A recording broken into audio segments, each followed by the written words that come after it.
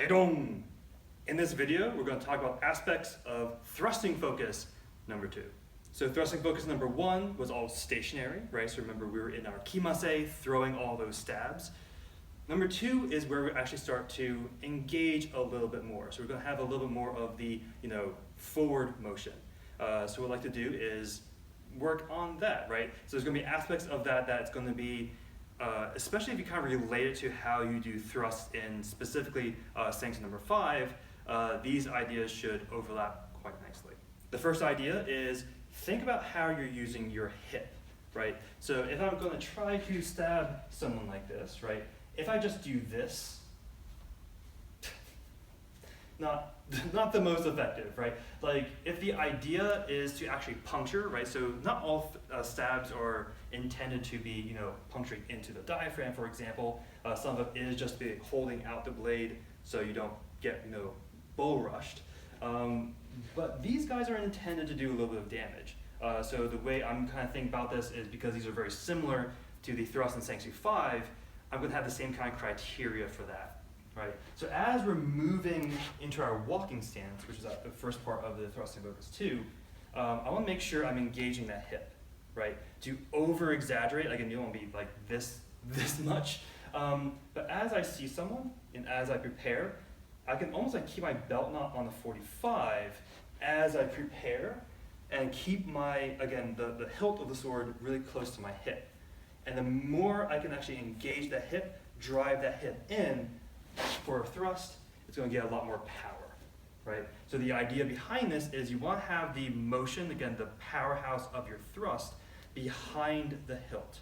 And what I mean behind the hilt, ideally in line with the bottom of the sword here, because there's no point in having power in the hilt this way if I'm not going that way, right? I want all the power going this way.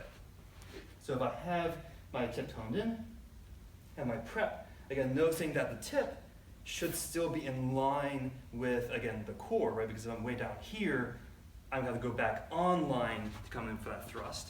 Versus if I'm here, just slightly offset, much easier to kind of keep everything in line, right? So if I'm here, lower the hilt so it's about hip level because you want that, again, that nice easy transition of energy.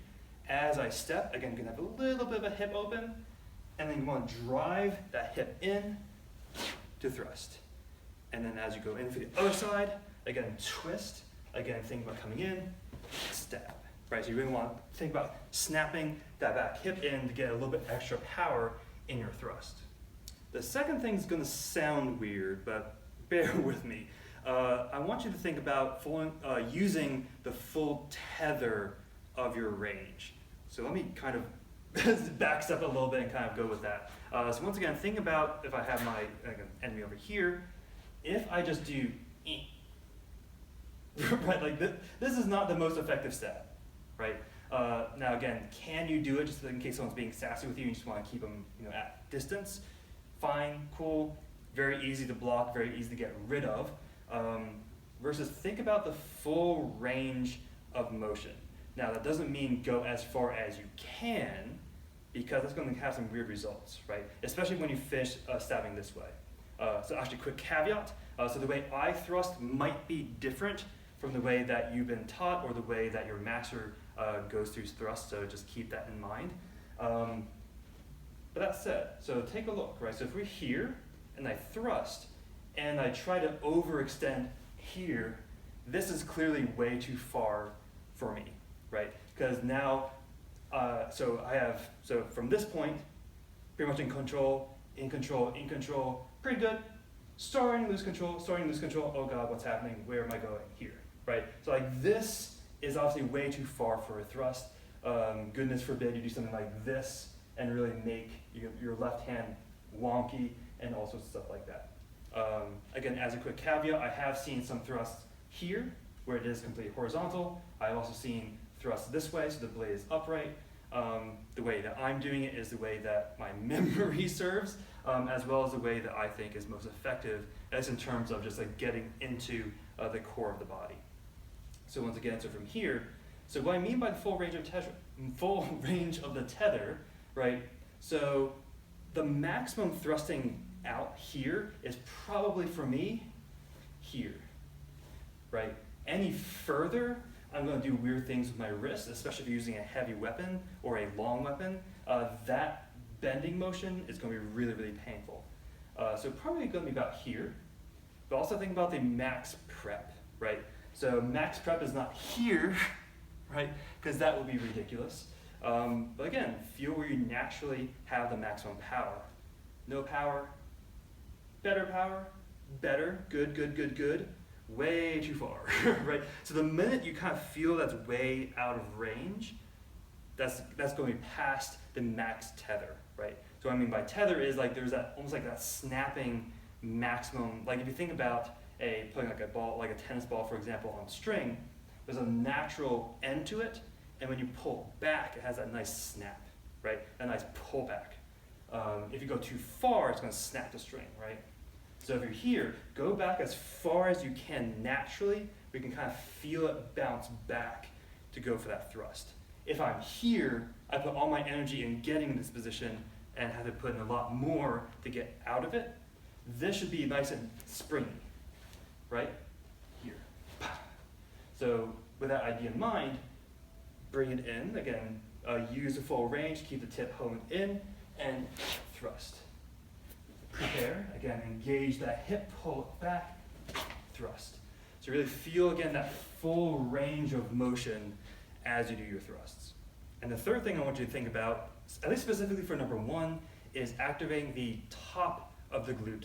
Now, I'm not actually I don't know my anatomy super well, but the idea of like the piece of muscle that goes from, again, your glute, it kind of slides up the back of the spine, so like that here, so the part that's behind the belt. So think about activating that to give you a little more stability and power. So yes, pull back so you have like a good preparation. Yes, go to your maximum in and out power, but also think about activating that specific muscle group. So it's a bigger muscle group, so you're no longer using smaller muscles that can be easily like twisted. But the more you use this, the more power you're going to get, the more stability. It's going to help align your spine, all sorts of good things, right? So as I'm thrusting, so again, same idea. So again, activate the top here. You should actually feel it straining against the back of your belt. In, right, and stab. Pull back, again, feel it tighten in the back, stab, right? I should actually step with it, but it's okay. But that's the idea. So think about using that specific portion of your glute to actually give yourself more power, stability, and in general, long-term comfort. So the thrusting focus is a relatively short drill, right? So like even like number one's pretty short, numbers 2 and 3 are also really, really short, but there's still a lot for you to enjoy. So again, I like to think about this similar way as you do thrusts in Sangsu, again, 5 and 6, right? Especially where you're doing the other side from 6, right? So think about those ideas and incorporate whenever you do thrusts. And once again, remember that there are other ways of thrusting, there are other uses of thrusting aside from getting into the diaphragm. So for example, right, if I want to kind of push you back, I could do more of a snapping motion here to get your clavicle or your sternum kind of push you back. And if I want to, another type of thrust is actually here, turn the blade and slide up into the jugular. So there's a lot of different ways you can use thrust. It's not always tip goes into the bad guy, right? Pointy end goes in the bad guy. It is also going to be used for, again, pushing people back, sliding in, and maybe also doing all sorts of other fun things. But with that in mind, right? So make sure you keep training, stay safe, stay humble, and again, keep thinking about new ideas and new ways to apply moves that you already think you know what they're doing. So always be more creative. Haidong!